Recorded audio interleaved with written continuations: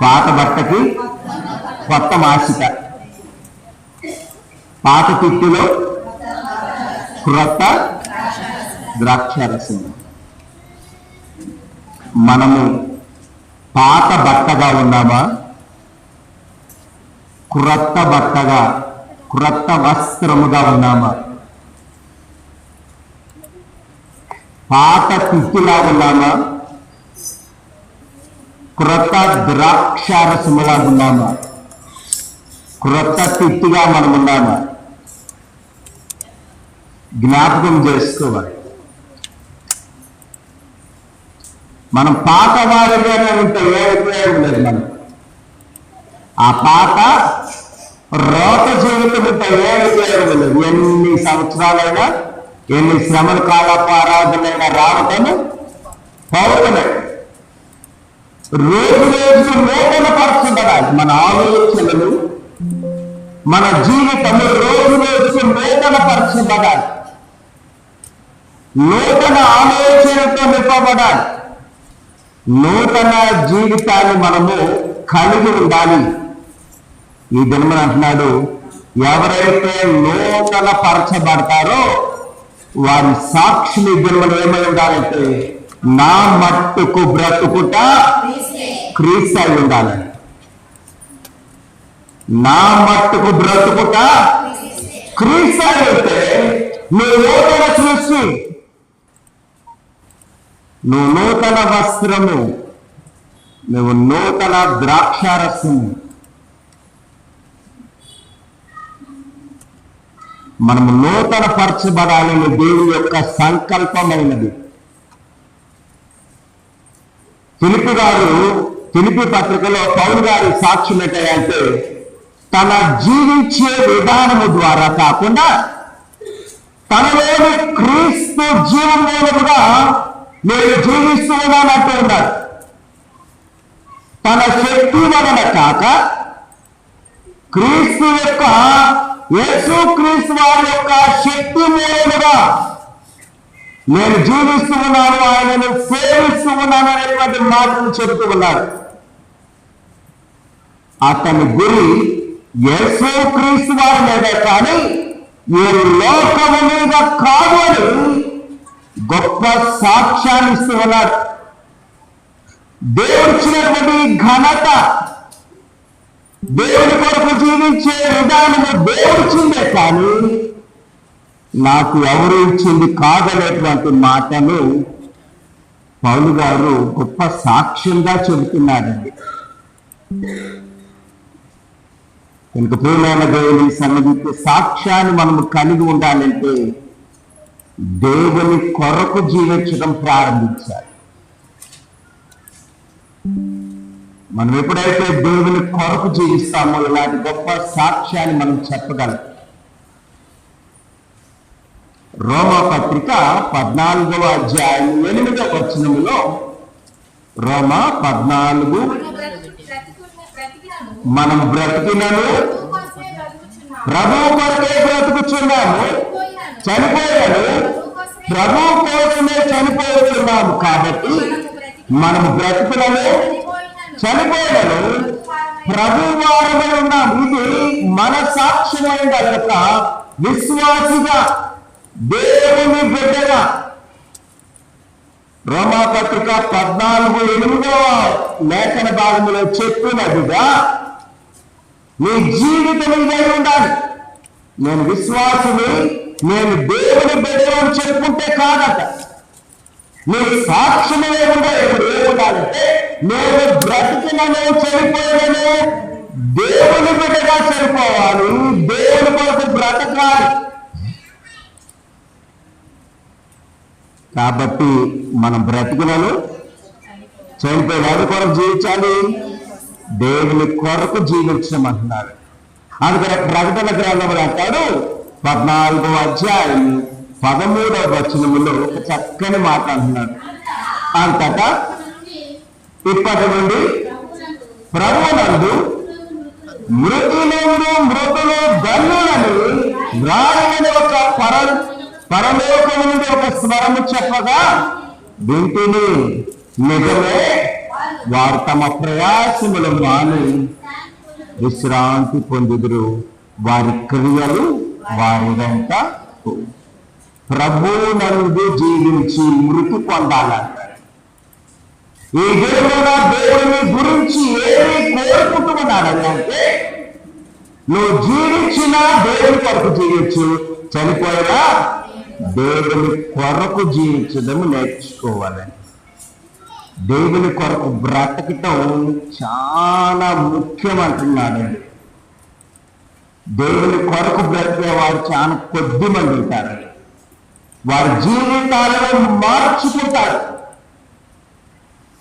ఇంకా మార్చుకోకపోతే పాత వస్త్రములాగానే ఉంటారు, పాత ద్రాక్షారసములాగానే ఉంటారు, పాత తిత్తుల వలనే ఉంటారు. పాత వారికి క్రొత్త వారికి తేడా ఏముంది? ఏం లేదు, అందరూ ఒకటి సమానము. కాబట్టి రాత్రికాల సమయంలో అన్నాడు, బ్రతుకునా క్రీస్తు కొరకు బ్రతుకు, దేవుని కొరకు బ్రతుకు, చనిపోయినా దేవుని కొరకే బ్రతుకు. అందుకని పౌలు గారు అంటున్నాడు, నేను బ్రతుకున్నా పర్వాలేదు, చచ్చిపోయినా పర్వాలేదు అంటున్నాడు. రెండు లాభమే అంటున్నాడు. బ్రతుకున్నా లాభమే, నేను బ్రతికితేనేమో దేవుని పరిచయం చేస్తాను, చనిపోతేనేమో దేవుని దగ్గరకు వెళ్తాను. రెండే ఆయన దగ్గర. బ్రతికితే పరిచయం చేస్తాను, చనిపోతే దేవుడి దగ్గరకు వెళ్తాను. రెండే. ఇంకా మూడవది ఆయన దగ్గర. విమాన దేవుని సంగమా, ఇది మన దేవుడు మీతో కూడా ఇదే మాట్లాడతాడు. బ్రతుకు దేవుని కొరకు. అది కష్టమైన, దుఃఖమైన, వేదనైన దేవుని కొరకు బ్రతకండి, బ్రతకమంటున్నాడు. ఎందరైతే దేవుని కొరకు బ్రతుకుతారో వారు ధన్యులు అంటున్నాడు. ఎంతమంది అయితే దేవుని కొరకు బ్రతుకుతున్నారో వారు ధన్యులు. బ్రతుకుదామా దేవుని కొరకు? ప్రయత్నం చేద్దామా దేవుని కొరకు బ్రతకటం? దేవుని కొరకు బ్రతకాలంటే చాలా ధైర్యం కావాలండి. దేవుని కోసం బ్రతకాలంటే చాలా ధైర్యంగా కావాలండి. అబద్ధాలు ఆడకూడదు, ఇంకా కథాదాలు ఆడకూడదు కదా అమ్మ, బూతులు పెట్టకూడదు, ఇంకా మోసం చేయకూడదు, ఇంకా దొంగతనం చేయకూడదు. చాలా కష్టం దేవుడి కొరకు జీవించాలి. ప్రయత్నం చేసి చూడండి, దేవుని కొరకు బ్రతకట్టు కన్నా ఈ లోకం కోసం బ్రతకడంటే బాగు. దేవుని కొరకు బ్రతుకుతున్నప్పుడు చాలా సమస్యలు వస్తాయండి. దేవుని కొరకు మనం జీవిస్తున్నప్పుడు చాలా సమస్యలు వస్తాయి, చాలా ఆటంకాలు వస్తాయి. అయినను దేవుని కొరకు బ్రతకటం నేర్చుకుంటే చాలండి. ఆ సమస్యలన్నింటినీ దేవుడే తీసేస్తాడు. ట్రై చేసి చూడండి. పౌలు గారు అంటున్నటువంటి మాట, నా మట్టుకైతే బ్రతుకుట క్రీస్తు, చావైతే లాభము అంటున్నారండి. గలతీ పత్రికలో మనం చూస్తే 2వ అధ్యాయము 20వ వచనములో, నేను క్రీస్తుతో కూడా సిలువ వేయబడి ఉన్నాను, ఇక్కడ జీవించి వారిని నేను కాదంటున్నానండి. తర్వాత మనము దేవుని కొరకు బ్రతికితే, మనము దేవుని కొరకు బ్రతకటం అలవాటు చేసుకుంటే దేవుడు ఆయనే దిగొచ్చి మనల్ని జీవిస్తాడంట. ఎంత గొప్ప భాగ్యం అండి. దేవుని కొరకు జీవించడం ఎంతో భాగ్యం అండి. దేవుని కొరకు మనం జీవించగలిగితే ఎంత అదృష్టం అండి.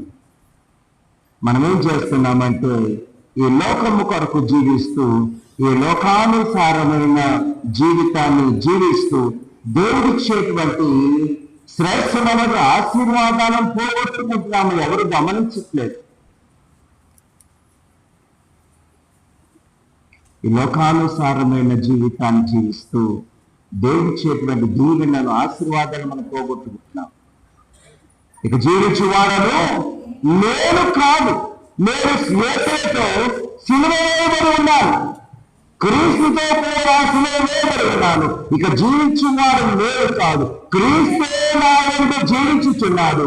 నేను ఇప్పుడు శరీరమందు జీవించుతున్న జీవితము నన్ను ప్రేమించి నా కొరకు తనను తాను అర్పించుకున్న దేవుడు కుమారి అందరి విశ్వాసం వలన మాత్రమే జీవిస్తున్నాను. నేను జీవించే విధానము దేవుడు నాకు నేర్పించాడు. ఎలాగ జీవించాలో, ఎలాగ నడవాలో నేర్పించాడు, ఎలాగ మాట్లాడాలో నేర్పించాడు.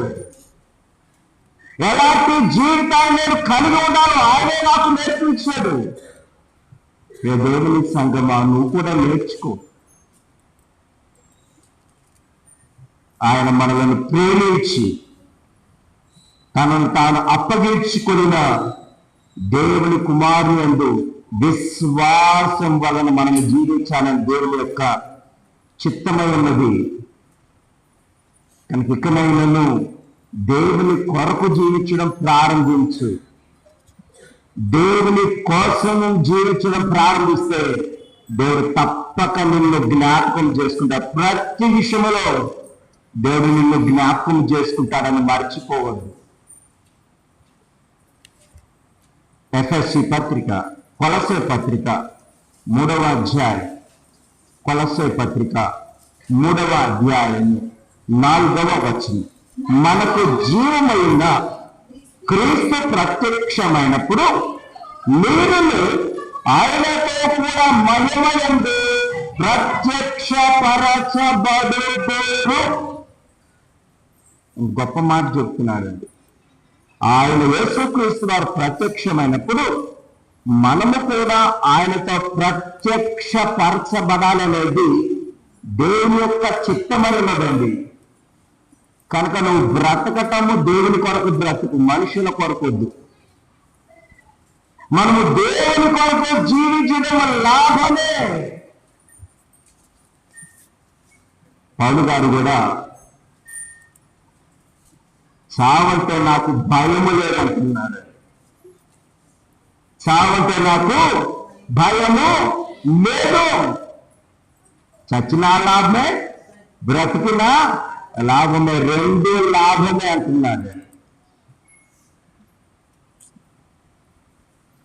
దేవుని సన్నిధానంలో ఇలాంటి సాక్ష్యాన్ని మనము కలిగి ఉంటే దేవుని కొరకే బ్రతుకుతామండి, దేవుని కొరకే మనము జీవిస్తాం.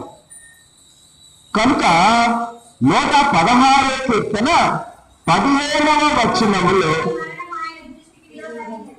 యెహోవా భక్తుల మరణము ఆయన దృష్టికి ఎంతో విలువ కలిగినది అంటున్నాడండి.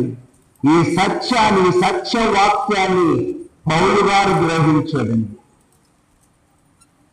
ఇందులో ఉన్నటువంటి మర్మాన్ని పౌలు గారు తెలుసుకున్నాడు. కనుక నేను జీవించినా మరణించిన యేసుక్రీస్తు నామ ఘనత కొరకే నేను జీవిస్తాను. యేసుక్రీస్తు నామ ఘనత కొరకే నేను ఈ భూమి మీద జీవిస్తాననేటువంటి మాటను తెలియచేస్తూ ఉన్నాడండి. అది నిస్సందేహంగా ఆయన గ్రహించాడు. కనుక ప్రియమైన దేవుని సంగమా, దేవుని యొక్క భక్తుల మరణము దేవుని దృష్టికి ఎంతో విలువ కలిగినట్టుగా ఉండాలంటే నీ మరణము దేవుని దృష్టికి విలువ కలిగినట్టుగా ఉండాలి అంటే నువ్వు దేవుని కొరకు జీవించడం ప్రారంభించు. మనం ఎప్పుడు దేవుని సన్నిధానానికి వెళ్తామో మనకెవరికీ తెలియదు. తెలియదండి. కనుక జీవించే ఈ కొద్ది కాలం, అందుకని అక్కడ కదా దేవుని సన్నిధానంలో ఒక్క దినము గడుపుతా 1000 దినాలు అంటండి. మనం ఒక్క దినము దేవుని సన్నిధానంలో గడిపితే 1000 దినముల ఆశీర్వాదాలు దేవుడిస్తున్నాడండి. కనుక దేవుని సన్నిధానంలో గడపటం మాత్రమే కాదు, కానీ దేవుని సన్నిధానంలో అనుభవించడం నేర్చుకోవాలి. దేవుని సన్నిధానంలో సంతోషంగా ఉండటం నేర్చుకోవాలి. అందుకని నీ మరణము దేవుని దృష్టికి విలువ కలిగినదిగా ఉన్నదంటే నువ్వు ఈ భూమి మీద దేవుని కొరకు జీవించడం ప్రారంభించాలి. నీ జీవితము నీతిగా ఉండాలి, నీ జీవితము యథార్థముగా ఉండాలి, నీ జీవితము దేవుని దృష్టికి అంగీకారమైనదిగా ఉండాలి.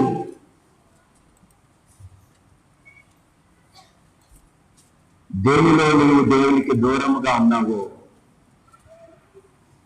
దేవుని దృష్టికి దేనిలో దూరంగా ఉన్నావో వాటిని తీసివేసుకో. ఈ రాత్రి వాటిని తీసివేసుకో. నీ జీవితాన్ని పాడు చేసే వాటిని నీ జీవితంలోంచి తీసివేసుకో. దేవుని కొరకు బ్రతకటం ప్రారంభించు. సనుగులు గొనుగులతో మన జీవితాన్ని వెళ్ళబుచ్చుతూ ఉన్నాం, సనుక్కుంటూ ఉన్నాం, గొనుక్కుంటూ ఉన్నాం, దేవునికి దూరస్తులుగా ఉంటూ ఉన్నాం. ఇంక ప్రియమైన దేవుని సంగమా, నీ జీవితం ఎలాగున్నదో ఒకసారి పరిశీలన చేసుకుంటే బాగుంటుంది అనేటువంటి మాటను దేవుడు తెలియచేస్తూ ఉన్నాడు. కనుక పౌలు గారు అనుకున్న విధముగా దేవుని నామ ఘనత కొరకే నేను బ్రతుకుతాను, దేవుని నామ ఘనత కొరకే నేను జీవిస్తాను. పౌలు గారు ఇంకా అంటున్నాడు ఫిలిప్పీ పత్రిక 1:19, మరియు నేను ఏ విషయంలోనూ సిగ్గుపడక మనము చెయ్యరాని వాటిలో సిగ్గుపడం కానీ, మనము చెయ్యరాని వాటిలో సిగ్గుపడం కానీ, చెయ్యవలసిన వాటిలో సిగ్గుపడతాం కానీ చెయ్యరాని విషయాల్లో సిగ్గే పడమండి. దేవుని పరిచయం చేయాలనుకోండి, నేను సిగ్గుపడతాము. ఎవరన్నా నన్ను దోస్తున్నాడు ఊడుస్తుంటే, చేపలు తీస్తుంటే, బయటకు పోయి బూతులు చెప్తుంటే సిగ్గే పడవు. సిగ్గుపడం అసలు చండాలమైన మాటలు మాట్లాడితే సిగ్గే పడం. మనం దేవుని పరిచయం చేయమనండి, తెగ సిగ్గుపడతా ఉంటాం. పౌలు గారు అన్నాడు, నేను దేవుని పరిచయం కొరకు సిగ్గుపడవాడను కానే కాదు. ఎందుకంటే ఆయన నాలో ఉంటే నేను ఎందుకు సిగ్గుపడాలంటున్నానండి. ఆయన నాలో ఉంటే నేను ఎందుకు సిగ్గుపడాలి? నన్ను నడిపిస్తూ ఉన్నవాడు ఆయనైతే నేను ఎందుకు సిగ్గుపడాలి?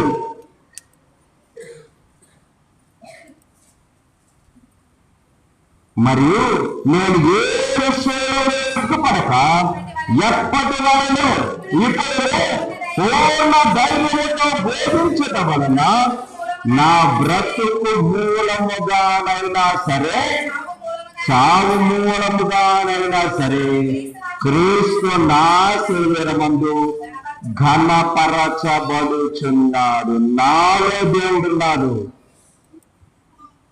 ఆయనే ఘనపరచబడుతున్నాడు, నేను కాదు. చాలా మంది వాక్యం చెప్పిన తర్వాత అతిశయపడుతూ ఉంటారు. బాగా చెప్పాను కదా వాక్యం ఈరోజు బాగా చెప్పాను కదా,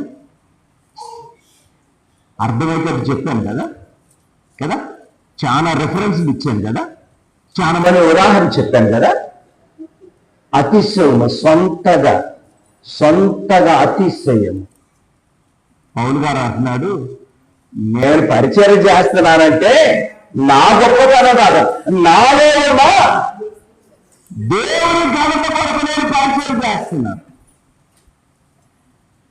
కదా. చాలా సందర్భాల్లో ప్రార్థన చేసే వాళ్ళు కూడా చెప్పుకుంటాం, నేను ప్రార్థన చేస్తే వాళ్ళకి తగ్గిందని చెప్పుకుంటాం.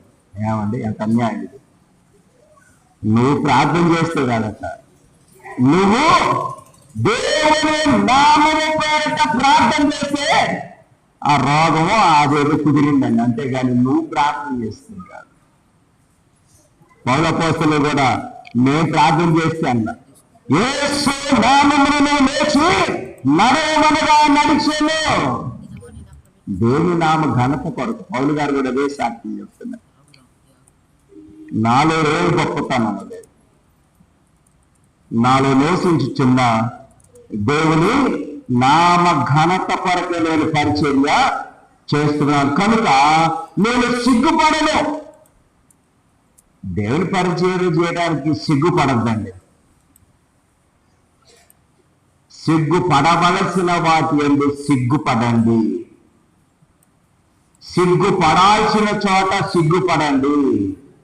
అంతేగాని దేవుని పరిచర్య చేయడానికి వచ్చిన తర్వాత లేదా పరిచర్యలు నువ్వు సిగ్గుపడవలసిన పని లేదు అంటున్నారు.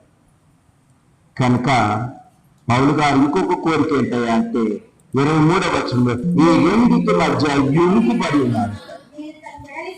దేనికంట ఏ రెండింటి మధ్య? బ్రతకటంలో చచ్చిపోవటం. రెండింటి మధ్య ఇరుకులు పడ్డారు. రెండింటి మధ్య ఇరుకులు పడ్డారట. నేను వెడలిపోయి క్రీస్తుతో కూడా ఉండవలని నాకు ఆశ ఉన్నది. అది నాకు మరి మేలు. అది మరి నాకు మేలు అంటున్నాడండి. ఉన్నా మేలే, చచ్చిపోయినా మేలే. ఎంత గొప్ప సాక్ష్యం అండి. ఈ రాత్రికాల సమయంలో దేవుడు మనతో మాట్లాడుతున్నటువంటి మాట మేలుకరమైనదిగా నీ జీవితము ఉండాలని దేవుడు మాట్లాడుతూ ఉన్నాడండి. మేలుకరముగా ఉండాలి నీ జీవితము. దేవుని దగ్గరికి వెళ్ళిపోతానన్న ఆనందము పౌలు గారికి కలిగి ఉన్నదండి. నువ్వు కూడా అలాంటి ఆనందాన్ని కలిగి ఉండు, అలాంటి సంతోషాన్ని కలిగి ఉండు. దేవుని దగ్గరికి వెళ్ళాలి అంటే నువ్వు సంతోషంగా, ఎందుకంటే అక్కడ దేవుని దగ్గర ఏం లేదట, దుఃఖము లేదు, వేదన లేదు, పళ్ళు కొరకటం లేదు, తగాదాడటం లేదు, బూతులు మాట్లాడటం లేదు, ఇంకేం లేదంట అక్కడ. సారీలు చెప్పడం లేదు, ఇంకేం లేదంట అక్కడ. ఈ లోకానుసారమైన జీవితం అక్కడ లేనే లేదండి. సరే అక్కని చెప్పి నరకానికి పోతే అక్కడేమో అంటే అక్కడ కూడా లేదండి. అక్కడ కేకలేయటానికి మాత్రమే ఉన్నది, మాటకి లేదు. ఇంకా నరక అగ్నిగొండ కూడా కింద నుంచి మారుతా ఉంటే ముచ్చట్లకు స్థానం ఎక్కడుంది, సారీలకు స్థానం ఎక్కడుంది, తిట్లకు స్థానం ఎక్కడుంది, కేకలేయటానికే స్థానం ఉంది అక్కడ. అమ్మా అరుపులుగా అరుపులు అంతే. ఇక్కడ ముచ్చట్లాడుకోలేదు అన్నం గారిగా ఇద్దరు ముచ్చట్లాడుకున్నామంటే లేదా తలాదాటాలు లేదు అక్కడ. ఎక్కడ నరకం. దేవుని దగ్గరేమో ఇలాంటి వాటికి స్థానమే లేదు. నిత్యము ఆనంద సంతోషమే. కనుక ప్రియమైన దేవుని సంగమా, దేవుని బిడ్డలారా, పౌలు గారు అన్నట్లుగా నేను చచ్చిపోతే లాభమేనా అంటే కొంతమందికే లాభం అంటండి, కొంతమందికే లాభం అంట, అందరికీ లాభం లేదట. 2వ కొరింథీ పత్రిక 5వ అధ్యాయము 8వ వచనంలో చూడండి. 2వ కొరింథీ 5:8 ధైర్యం కలిగి ఈ దేహాన్ని నుంచి ప్రభువు వద్ద నివసించుటకు ఇష్టపడుచున్నానంటండి. ఎక్కడ నివసించాలంట?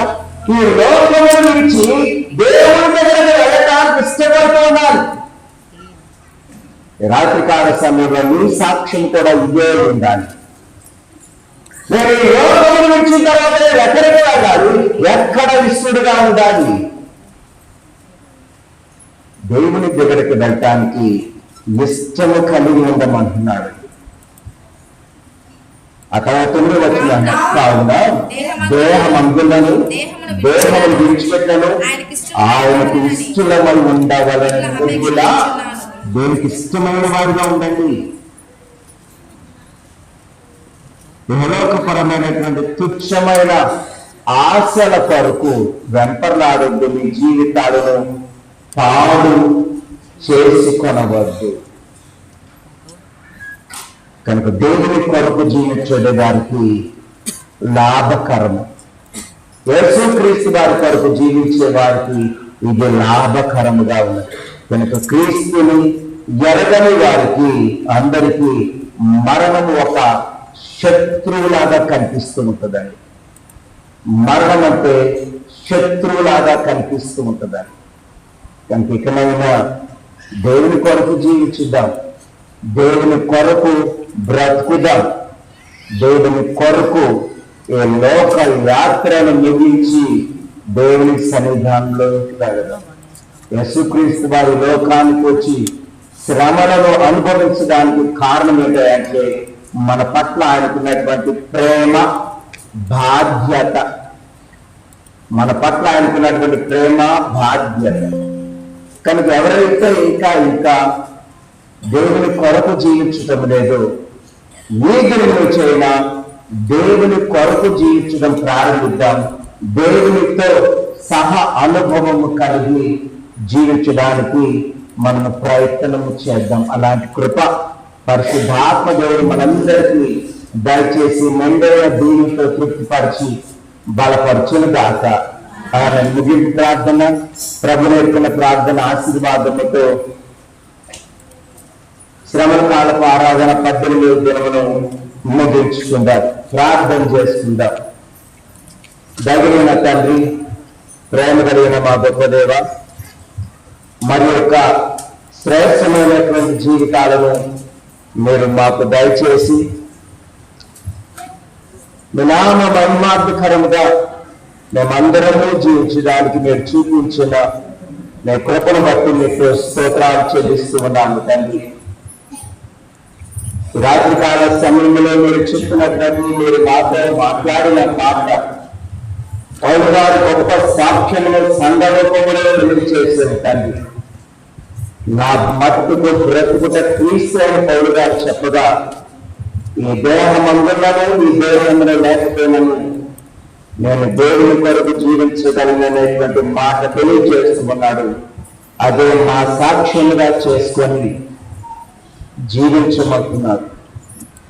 కనుక మీ వాక్యానుసారమైన జీవితాన్ని మేము కలిగి నీతిగా, న్యాయముగా, యథార్థముగా మానవులైనటువంటి చెడ్డ మానవులు, చెడ్డ స్వభావములు, చెడ్డ అంతరంగములు శుద్ధి చేసుకొని మీ నామ మహిమార్థకరముగా మేము జీవించడానికి మీ సహాయమును మాకు దయచేసి బలపరచుమని ఈ రాత్రికాల సమయంలో పెట్టబడినటువంటి వాక్కులు భద్రపరచుకుని అనేక మందికి మాదిరికరమైన నీతిగా మేము జీవించడానికి మీ సహాయమును దయచేసి బలపరచుమని అడుగుతున్నాము తండ్రి.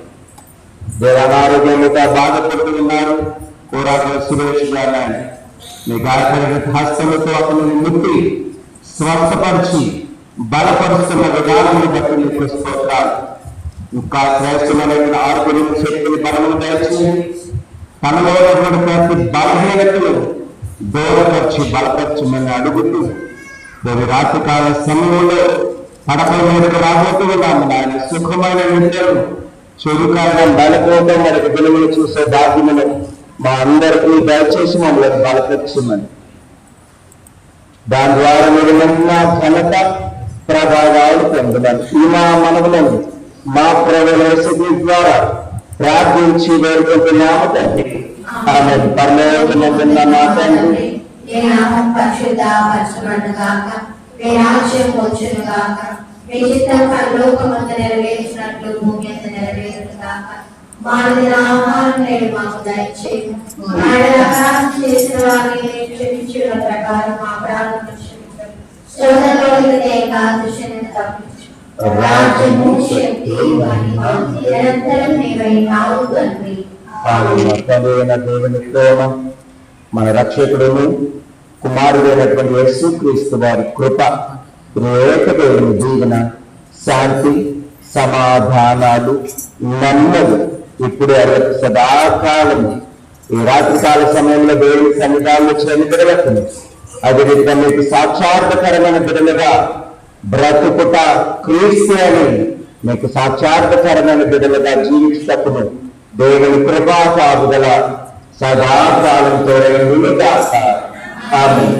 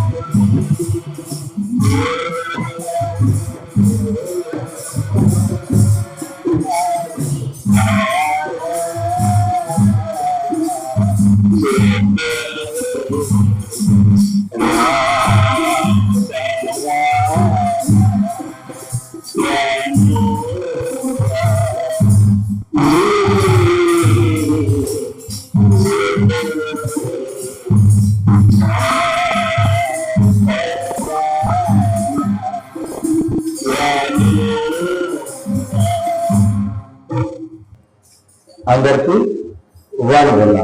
ఇది మనకు పలహారమును సిద్ధపరిచారు ఇరు కుటుంబాల వారు. దమ్ము చిన్నబ్బాయి గారి జ్ఞాపకార్థంగా వారి కుమార్తె శోభారాణి గారు పలహారమును సిద్ధపరిచారు. అదే రీతిగా సలగల రిషి మొదటి సంవత్సరాన్ని ముగించుకొని 2వ సంవత్సరం జ్ఞాపకార్థ కోరికలో పలహారాన్ని సిద్ధపరిచారు. వారి ముందరికి వచ్చినట్లు ప్రార్థన చేసుకొని పలహారాన్ని స్వీకరించడం. మా పాలకాడికి అనుకుంటా గంటలు తీసుకెళ్ళండి. చూడండి గంటలు వేసి పెట్టేసేయండి, నేను వస్తాను లేట్ లేకుండా. అమ్మ ఇంకొకరు వెళ్ళండి, బయటికి ఇంకొకరు వెళ్ళండి అమ్మా. దమ్ దమ్ రాలేదనుకుంటా.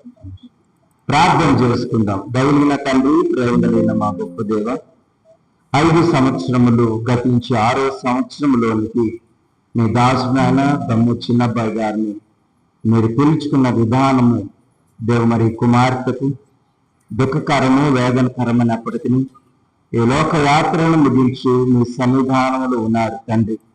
దేవ మీ దాసురాలు శోభారాణమ్మను మీరు జ్ఞాపకం చేసుకునని తండ్రి గారు నడిచిన మంచి మార్గములో మీ దాసురాలు నడుచుటకు మీ సహాయమును దయచేసి బలపరచమని అడుగుతున్నాము నాయన. అదే రీతిగా చిన్న బిడ్డ నాయన సలగల విషయాన్ని దేవ మరి గతించిన ఈ గణములో మీరు పిలుచుకున్నారు తండ్రి. యవన తల్లిదండ్రులను ఆయన మీరు దుఃఖంలో ఉంచారని దేవ మరి అందరూ భావించారు. కానీ ఆ బిడ్డకున్నటువంటి బలహీనత ద్వారా మీరు పిలుచుకున్నారనేటువంటి మాటని జ్ఞాపకం చేసుకొని మరలా తండ్రి తల్లిదండ్రులను మీరు దీవించండి, ఆయన ఆశీర్వదించండి. శ్రేష్టమైనటువంటి మరి యొక్క గర్భఫలమును వారికి దయచేయమని అడుగుతున్నాము తండ్రి. నాయన మనం మీరు జ్ఞాపకం చేసుకుని ధైర్యపరచండి, బలపరచండి. దేవతమ్మను కూడా మీరు జ్ఞాపకం చేసుకొని ప్రతి మేలుతో తృప్తిపరిచి బలపరచమని మీ చిన్న బిడ్డ జ్ఞాపకాలు నాయన దేవ తల్లిదండ్రులకు నాయనమ్మకు తండ్రి మిగిల్చి తండ్రి వాటిని తొలగించుకొని బలమైన సాగరాలుగా మీ కొరకు వాడగలుగుతూ మీ సహాయం దయచేయమని దాని ద్వారా మీరు మహిళా ఘనత ప్రభావాలు పొందమని ఈ మా మనవులను మా ప్రభుని ద్వారా ప్రార్థించి వేడుకుంటున్నాము తండ్రి. ఆమె తండ్రి కుమార ప్రసిదాత్మక ప్రియోగండి ఇప్పుడు ఎవరి సదాకాలము దమ్ము చిన్నబ్బాయి గారు నేను ఇచ్చి రాజ్యంలో ఉండగా, రిషి నేను ఇచ్చి రాజ్యంలో ఉండగా వారు విడిచి వెళ్ళినటువంటి కుమార్తె కుటుంబానికి అదే రీతిగా యవన తల్లిదండ్రులకు నాయనమ్మకును దేవుని కృపా కాపుదల సదాకాలం పేరు కాక. ఆమేన్.